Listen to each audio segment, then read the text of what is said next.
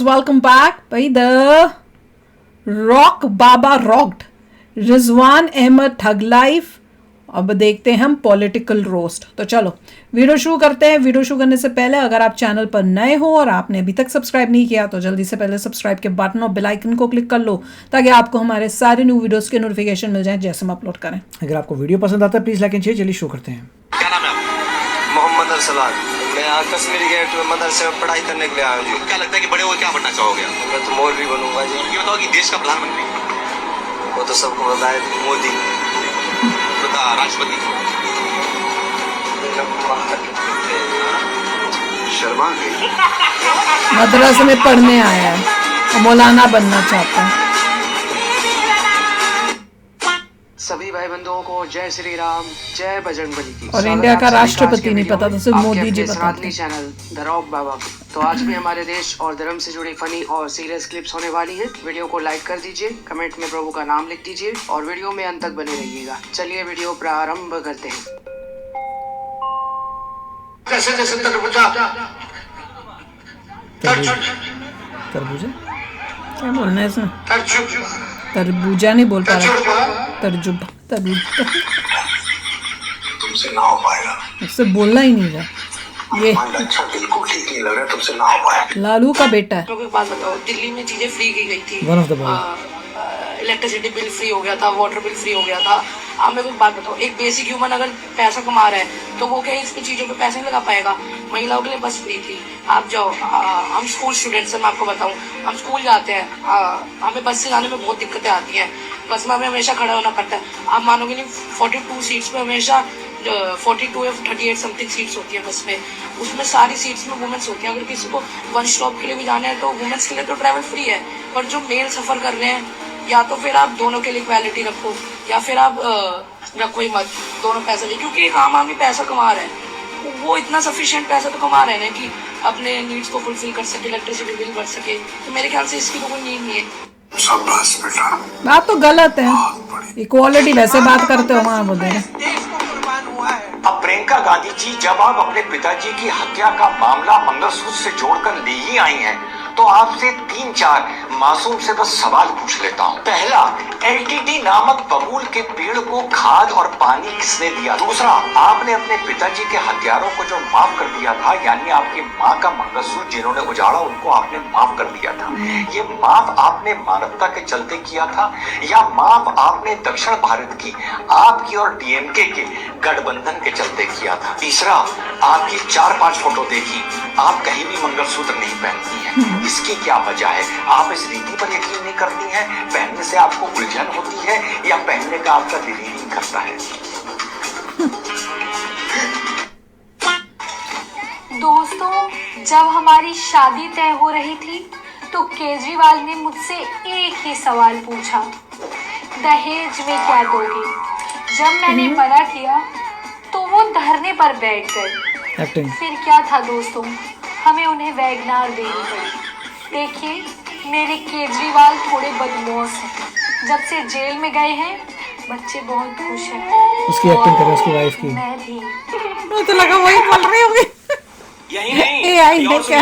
दोस्तों, अरविंद केजरीवाल जी ने जेल से ये संदेश भेजा है कि मेरे एक्टिंग कर रही है उसकी। दिल्ली के लोगों को कोई दिक्कत नहीं होनी चाहिए।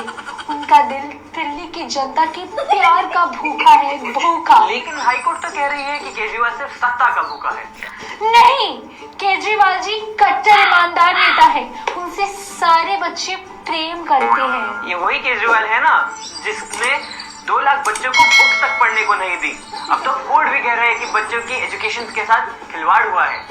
नहीं, तानाशाह मोदी के कारण कोर्ट्स और जुडिशरी सब कुछ बिक चुके हैं।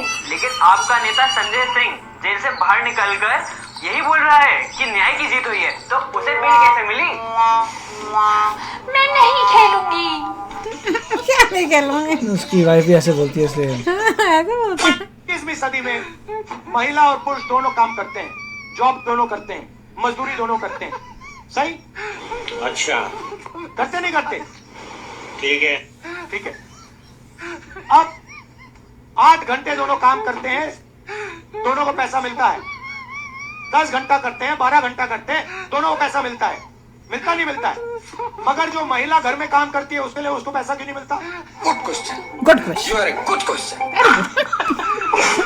आप 8 घंटा काम करते हो, वो जो बैठी हुई है वो 8 घंटा बाहर करती है, 8 घंटा घर में करती है, 16 घंटा वो काम करती है। मगर जो घर में काम करती है उसके लिए उनको 1 रुपया नहीं मिलता। कौन देगा उसको रुपया? वो तो अपने घर के काम करती है। बस आप बाहर वाला देगा कि घर वाला देगा? So really dumb.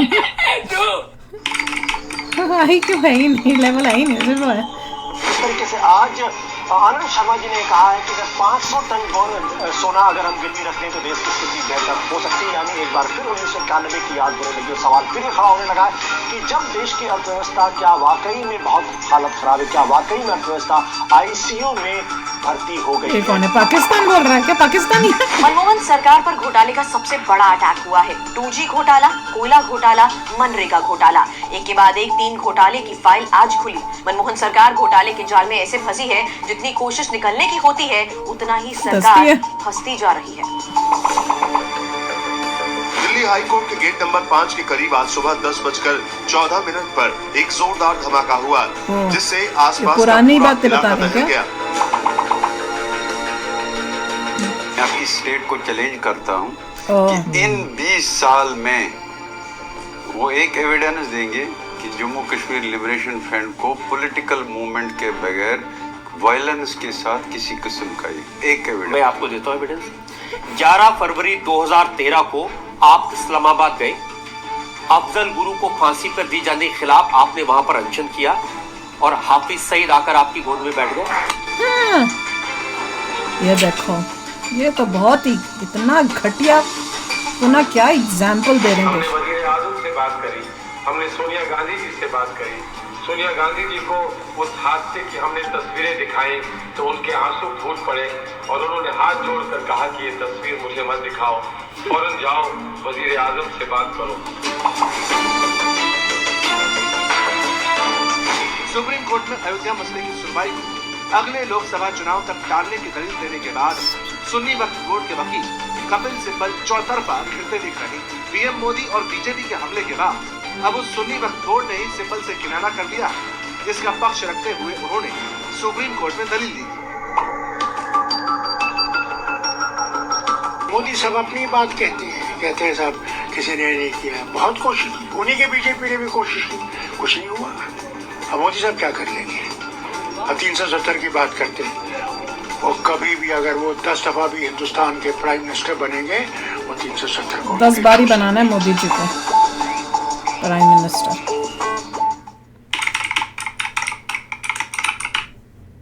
मैं दामोदर दास मोदी ईश्वर की शपथ लेता हूं कि मैं संघ के प्रधानमंत्री के रूप में अपने कर्तव्यों का श्रद्धापूर्वक और शुद्ध अंतःकरण से निर्वहन करूंगा। इससे क्या मैसेज मिल रहा है कि मोदी जी को जिताना कितना इम्पोर्टेंट है। अगर इसको लाइटली लिया और सोचा कि मोदी जी ने कहा है भैया 400 पार तो 400 पार अपने आप ही हो जाएगा बिना हमारे वोट जाके देने में, तो भैया देश को आप डुबो दोगे। कांग्रेस की मेंटालिटी तो दिख ही रही है जिस तरह से वो है। जैसे पहले इन्होंने इतने सालों तक देश चलाया था, मेरे को तो बोलना चाहिए देश खाया था, वैसे ही देश को खाना शुरू हो जाएंगे। फिर ये जो इतनी इज्जत और इतनी वीडियोस देख देख के हम खुश होते हैं ना, आप और हम, वो सब खत्म हो जाएगा।